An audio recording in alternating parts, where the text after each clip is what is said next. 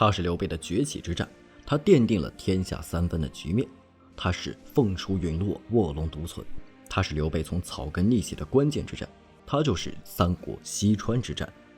做视频不易，求观众老爷们点个赞，小编跪谢。益州之战是刘备的崛起之战，若不熟悉这段历史的人，受《三国演义》的影响，以为刘备打得很轻松，刘璋输得很窝囊，但这其中的惊险程度一点也不低于官渡之战。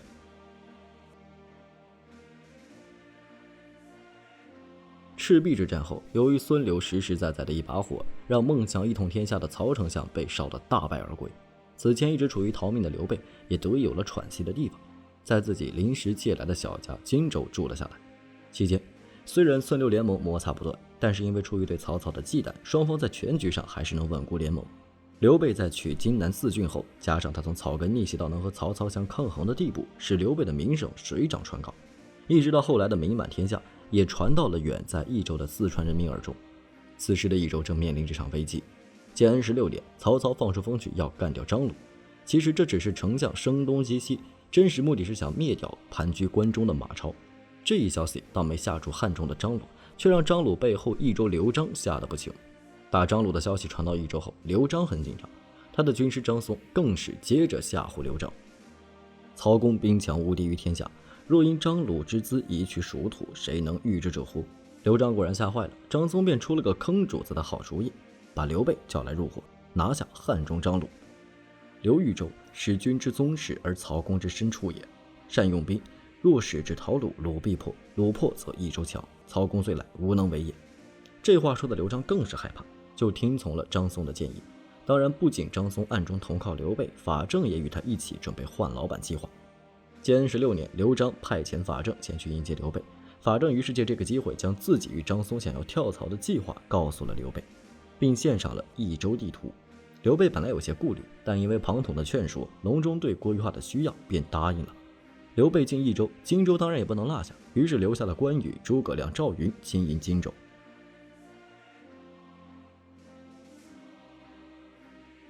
建安16年，趁着马超和曹操在关中纠缠，刘备借讨张鲁的名义率军入蜀。刘备到沛城后，刘璋亲率兵马迎接刘备，大摆宴席。二人虽初次见面，却非常亲切。双方其实都有小心思，否则一个串门，一个迎客，用得着数万兵马出行？可在这时，有人劝刘备趁着宴会应该赶紧把刘璋抓起来，我们就可以不费一兵一卒便可取得西川。但一向仁义的刘皇叔怎么可能会采纳？刘备、刘璋在表面和谐的情况下度过了几个月的美好时光。刘璋让刘备来是打张鲁的，光吃喝也不是个事儿啊。刘备来是替刘璋当家的，光吃喝也不是个事儿啊。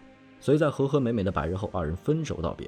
临别，刘璋不仅赠给刘备大量物资，还把白水关驻军近2万人交给刘备，全权统一指挥。当然，他也防着刘备，派遣杨怀、高沛等督战。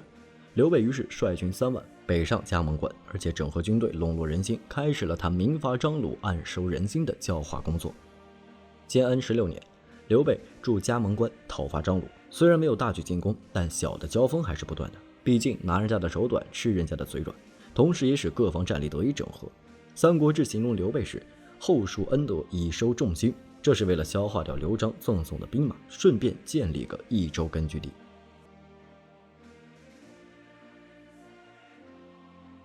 建安17年，在庞统的建议下，刘备借曹操要南征孙权，自己要回荆州救盟友的理由，向刘璋借兵马和粮草，顺便再宰刘璋一些兵马。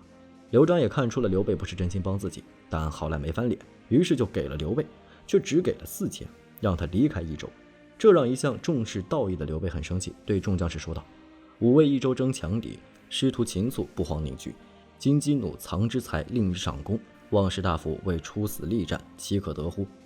我为了刘璋拼死作战，他却连奖赏都给的这么少，还想让我给他卖命，这可能吗？”但这时候张松急了：“刘老大，你别走啊！眼看我都要起飞了，你却不玩了。”马上写了封信给刘备。这边刘备还没回信，张松那边被自己兄弟举报了。感情这兄弟二人都有出卖知心朋友的优秀传统。刘璋随即知道了刘备的心思，杀了张松后，通知各关守将不许放刘备出关，准备将刘备消灭在益州。刘备收到张松的死讯，又得知刘璋准备关门打狗，不得已只能起兵反抗。当时的刘备可谓凶险万分，自己带着1万兵马深入西川腹地，前有张鲁的直接威胁，后处在刘璋的完全包围之中，荆州兵马根本帮不上忙。最关键的是，一旦决裂，自己的粮草补给得不到保障，拖延下去只能等死。以前只有兄弟3人，现在却今非昔比，好不容易有点家底，不能就这么没了。关键时刻，庞统冷静地为刘备谋划了上中下3策。上计是以金兵日夜兼程偷袭素来没有防备的成都，中计是诱杀杨怀、高沛，然后进攻成都，下计是退往白帝城，与荆州相互呼应，等待机会。刘备认为上计太急，下计太缓，便采用了庞统的中计，以回荆州要告别的名义，召来白水关守将杨怀、高沛，找了个理由斩了2将，趁机占领白水关，并收编了2将的兵众，将兵士、妻子、儿女留为人质，留下霍峻守加盟，然后率军攻打沛城。益州之战正式打响。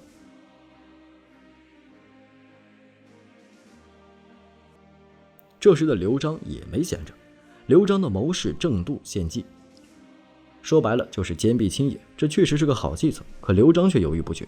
随后刘备派老将黄忠为先锋进攻沛城，顺利的攻占沛城。建安18年，刘璋派遣刘贵、冷苞、张任、邓贤率大军进攻沛城，却都被击败。随后刘备率军出绵竹，李延见大势已去，率领其大部分投降了刘备，但川蜀名将张任却不愿投降，率领余部退守洛城。占领绵竹后，刘备收编李延部，势力更加强大，遂分派部下将领去占领周围各县。刘璋的儿子刘询退守洛城，刘备进军把洛城围住，张任率军出城，在雁桥与刘备军大战，战败且张任战死。建安19年，诸葛亮率3路大军来援，东路张飞率大军定巴东，破江州，义士严颜后一路西进，诸葛亮一路由垫江西进，攻取德阳、广汉，赵云一路上江阳入涧为地界。就在刘备围困洛城之时，刘璋悄悄派遣苻坚、项存领1万余人从凉水绕道偷袭刘备的后方加盟关。若加盟关被破，那刘备军团又会陷入刘璋的包围之中。但驻守加盟关的霍峻用800人，不仅抵挡住苻坚1万人的进攻，最后还带领少数精锐主动出城迎击敌人，并斩杀敌将项存。霍峻不仅保住了刘备的后方，也战胜了10倍于自己的敌人。建安19年，刘备准备充分后，随即开始攻城。庞统亲自参加指挥对洛城的攻坚战。战斗中，庞统不幸被刘氏所中，魂归落凤坡，时年36岁。刘备闻讯倍感痛心，痛哭流涕。庞统之死是刘备集团最大的损失，其意义无法估量。不久，洛城攻破，刘询投降。刘备破洛城后，兵临成都，与3路大军会合，将成都团团围住。刘璋虽兵精粮足，但见大势已去，被围困几10天后，下令开城投降。至此，刘备取西川之战落下帷幕。刘备能够成功拿下川蜀，也是一波三折，没有后世想象的那般容易，前后用了将近3年才占领益州。刘备得益州后，实现了诸葛亮在隆中对中跨有荆益的计策，为刘备建立一个稳固的基地。西川之战是促使三国鼎立局面形成的重要战役，是对诸葛亮隆中对长远规划的重要实践。如果觉得视频不错，可以点赞、关注加评论，我们下期再见。